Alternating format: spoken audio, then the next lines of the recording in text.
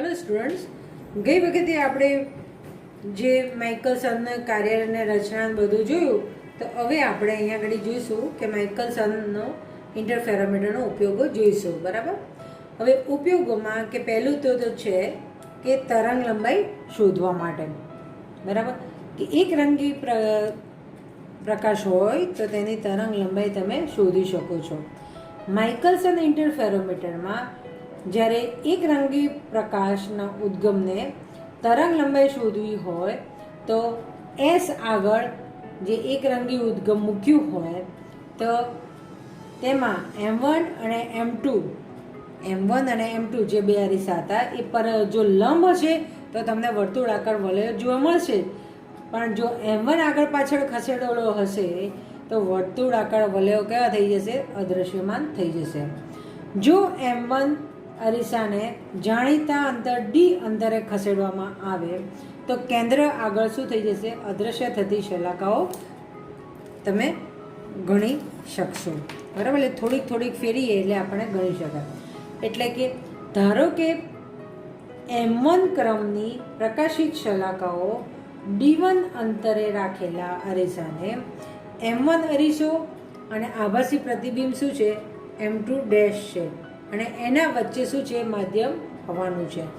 એટલે કે 2D1 M1 lambda બનશે. તેવી જ રીતે બીજા ક્રમ માટે કે કોઈ nમો ક્રમ છે, બરાબર, આ પહેલા ક્રમ માટે અને એવી રીતે nમો ક્રમ લીધો તો nમા ક્રમ માટેનું જે સ્થાનાંતર થયું કે D2 થયું અને અરીસાનું સ્થાનાંતર D2 થયું અને એ વખતે આભાસી પ્રતિબિંબ M2 ડેશ રચાયું તો 2D2 Mn લેમ્ડા મળશે. બરાબર.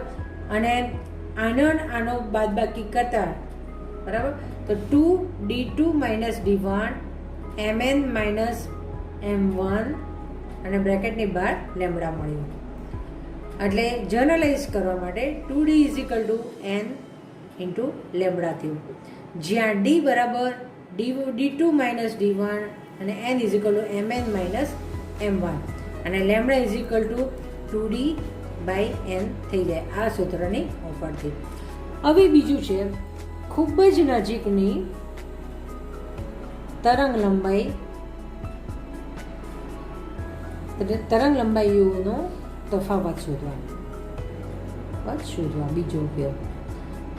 તો કે થોડીક નજીક આવેલી હોય, બરાબર, તો થોડીક નજીક આવેલી હોય તે એવી જે તરંગ લંબાઈ હોય જેને આપણે લેમ્ડા1 લેમ્ડા2 કહી શકીએ. બરાબર. આપણને એક ખબર છે 5890 અને 5896 આપણે સોડિયમની ખબર છે, એવી નજીકની હોય તો કે લેમ્ડા1 લેમ્ડા2 વાળો પ્રકાશનો ઉદ્ગમ હોય તો માઇકલસન ઇન્ટરફેરોમીટર દ્વારા બે સેટ વલયો અનુક્રમ, એટલે એક આને મૂકી એક સ્ત્રોત મૂકી અને એના વલયો લઈ લઈને એનું સાધનો મેળવવાના લેમ્ડા મેળવી અને આની મદદથી બીજા માટેનો લઈ લેવાનો બીજો સેટ. બરાબર. આ સાધનમાં M1 અરીસાની ગોઠવણ એક સરખી રાખતા વલયોની તીવ્રતા જોવા મળે છે. લેમ્ડા1 અને લેમ્ડા2 એ એકરસ રચાશે જો M1 અરીસાને થોડુંક સ્થાનાંતર કરવામાં આવે તો ચોક્કસ અંતરે બે તમને જોવા મળે છે. બરાબર. પહેલાં જુદું કરી દેવાનું અને પછી એ બંનેને સાથે મૂકી અને તમને બે સેટ કે બે વલયોને આવી રીતે જુદા કોને મૂકશો તો કે M1 કોઈ સ્થાન ગોઠવીને મૂકશો ત્યારે, બરાબર, પ્રકાશિત અને અપ્રકાશિત જોવા મળશે. બરાબર. કોઈ પણ વલયો એટલે કે કોઈ એવા સ્થાને M1 ખસેડતા પ્રકાશિત અને અપ્રકાશિત વલયોને એકરસ બનતા કોઈ પણ વલયો જોવા મળતા નથી.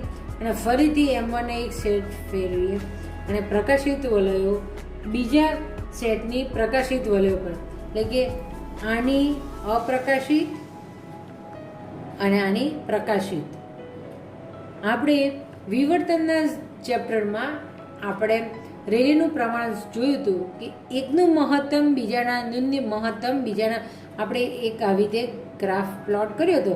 એકનું મહત્તમ બીજાના ન્યૂનતમ પર સંપાત થાય ત્યારે શું થાય? મહત્તમ વિભાજન તમે જોઈ શકો. એટલે એ જ વસ્તુ અહીંયા આગળ એપ્લાય કરી અને કે મહત્તમ અને એક ન્યૂનતમ કરે તો આ બંનેનું જુદું જુદું પ્રતિબિંબ તમે વલયો તમે જોઈ શકો છો. બરાબર.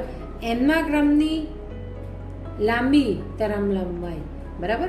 એટલે અહીંયા આગળ લખીએ છીએ કે એનમા ક્રમની લાંબી તરંગ લંબાઈ અને n+1 ક્રમની નાની તરંગ લંબાઈ, જે મેં અહીંયા આગળ કીધું. બરાબર. એ એકબીજા પર થાય તો આપણને વ્યવસ્થિત પ્રતિબિંબ આપણને જોવા મળે છે. બરાબર. એટલે કે 2D એટલે કે ડી અંતરે m1 અરીસાને ખસેડવામાં આવે તો બે ક્રમિક મહત્તમ અંતરોના વલયો m1 અને m2 કેન્દ્ર સ્થાને મળે છે. એટલે કે 2D m1 λ1 m2 λ2 મળે છે. બરાબર. પણ આપણને ખબર છે λ1 ઇઝ વેરી ગ્રેટર દેન λ2 છે. બરાબર. કારણ કે અહીંયા નાની છે. બરાબર. λ1 ઇઝ ગ્રેટર દેન અને m2 m1+1 હોય આપણને શું મળે કે 2D m1 λ1 m1+1 λ2 મળે છે. બરાબર. હવે m1 આના ઉપરથી λ1 - λ2 બરાબર અને λ2 કારણ ક્રમિક વલયો છે.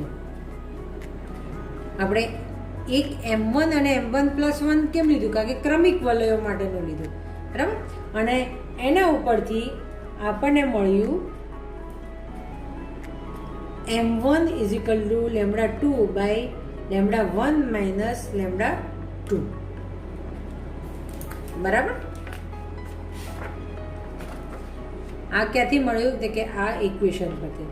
પછી આપણને ખબર છે 2D m1 + λ1. બરાબર. એ જ વસ્તુ અહીંયા આગળ એપ્લાય કરીએ છીએ. એટલે આપણને મળશે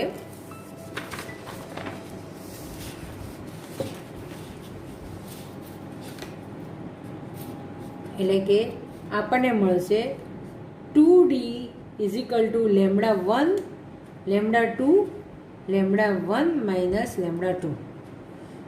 બરાબર. આ λ1 આપણે ક્યાં લઈ ગયા? અહીંયા આગળ લઈ ગયા. બરાબર. એટલે કે અહીંયા આગળ સમીકરણ m1નું આપણે અહીંયા આગળ મૂકી દીધું. બરાબર. બીજું કશું નથી કર્યું. ઓકે. હવે એના પછી કે m1ની કિંમત મૂકવી એટલે કે 2D આપણે એવું લખી શકીએ λ1 λ2 λ1 - λ2 તમે લખી શકો છો. ઓકે. હવે એને બીજી રીતે પણ લખી શકીએ λ1 - λ2 λ1 λ2 અપોન 2D લખી શકાશે. બરાબર. એટલે કે આમ λ1 અને 2 બંને જુદી જુદી તરંગ લંબાઈઓનું સરેરાશ છે. બરાબર. એટલે આપણે આવું લખી શકીએ ડેલ્ટા લેમ્બડા ઇઝ ઇક્વલ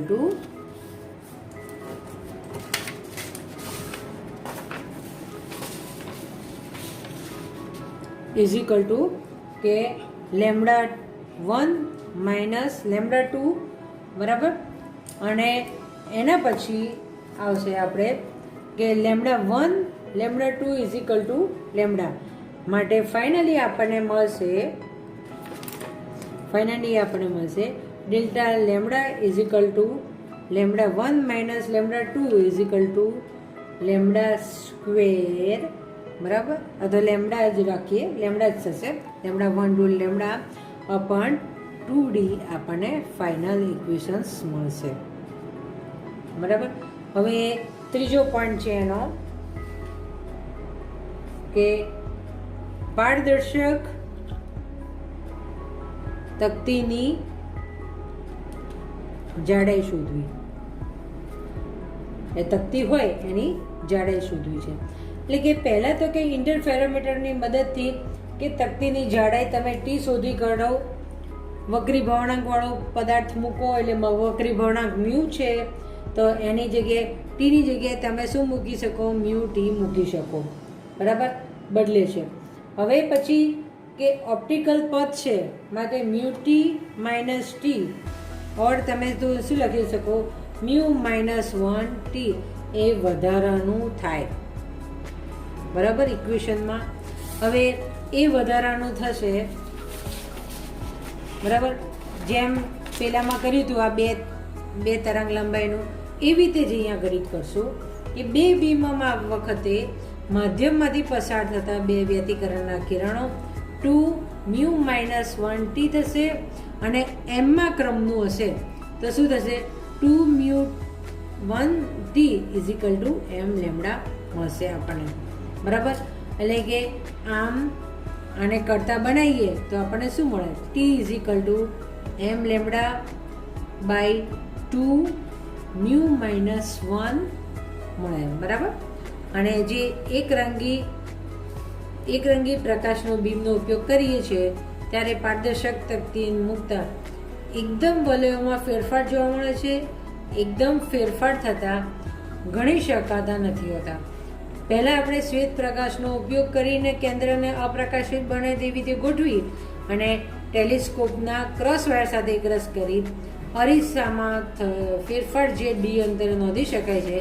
હવે શ્વેત પ્રકાશની જગ્યાએ એકરંગી પ્રકાશ મૂકીને કરશું અને એમાં ડી જે છે આપણો, બરાબર, એટલે ડી મેળવી શકાય.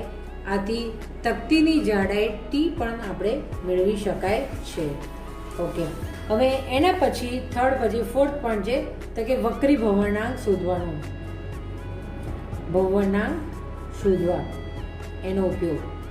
બરાબર, તો વક્રી ભવનાંક શોધવા માટે તો આપણે તો કીધું હતું કે જો ટ્યુબમાં, એટલે જે એની ટ્યુબ છે જ આપણે વિડીયો જોઈશું એટલે આપણને ખબર છે, ટ્યુબમાં વાયુ ભરવામાં આવે તો એ બીમ છે, એટલે કે એ પ્રકાશ બીમ છે એ M1 પથમાંથી ફેરફાર જણાય છે, અને M1 અરીસો અને M2 ડેશ એટલે કે આભાસી પ્રતિબિંબ વચ્ચેનો પથ તફાવત 2 મ્યુ -1 L જેટલો થાય છે.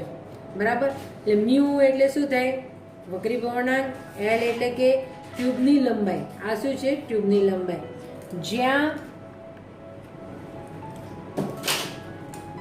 જ્યાં મ્યુ બરાબર વક્રી ભવનાંક, L એટલે કે ટ્યુબની લંબાઈ. બરાબર, અને એમ વલયોને લીધે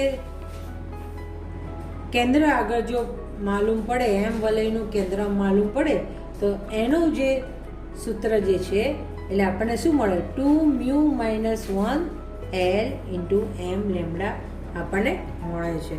બરાબર, જો આપણે L, એમ અને લેમડા આપણને ખબર હોય, આ એમ એટલે કે ક્રમ છે, એ ક્રમ ખબર હોય તો પછી આપણે શું? વક્રી ભવનાંક આપણે જાણી શકીએ છીએ. બરાબર, એ જાણી શકીએ. ટ્યુબને વાતાવરણ દબાણે ભરેલું વાયુને, બરાબર, M1 અરીસા બાજુ જાય એટલે કે ઉપરની બાજુ થાય અને કેન્દ્રથી વલયો રચાય છે. જુદા જુદા દબાણે પણ વાયુ ભરી અને આપણે વક્રી ભવનાંક શોધી શકીએ છીએ. ધારો કે ટ્યુબની લંબાઈ L અને વાયુનું વાતાવરણ દબાણ લેવામાં આવે તો ટ્યુબને સંપૂર્ણ શૂન્યાવકાશ કરવામાં આવે છે અને એમ વલયોના કેન્દ્રથી પસાર થાય બે પ્રકાશ બીમો twice mu -1 L is equal to m lambda મળે. એટલે કે મ્યુ ઇઝિકલ ટુ તમને એમ લેમડા બાય 2L + 1 મળે છે. બરાબર, આ સમીકરણને તમે ઉકેલો એટલે તમને મળી જાય છે.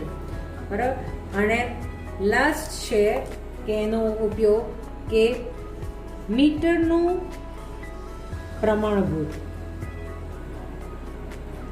એટલે કે જે રેખા છે એ બિલકુલ પરફેક્ટ છે, એની એ છે એ જાણવા માટે માઇકલસન ઇન્ટરફેરોમીટરનો ઉપયોગ થઈ શકે છે કે પેરિસની નજીકના સેપ્રેમાં international bureau of weights and measurement ખાતે રાખેલ, લખું છું અહીંયા આગળ એટલે તમને થોડું ખ્યાલ આવે.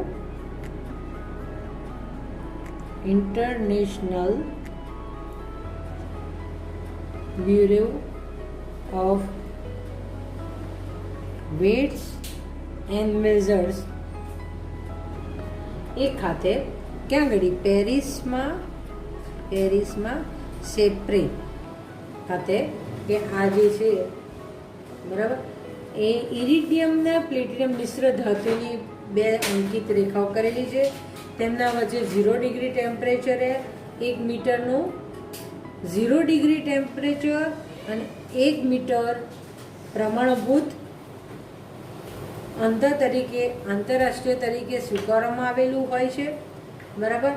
અને ઇટેલોનની લંબાઈ તેને પોલિશ કરીને M1 અને M2ને પરાવર્તક સપાટી તરીકે ગણાય છે.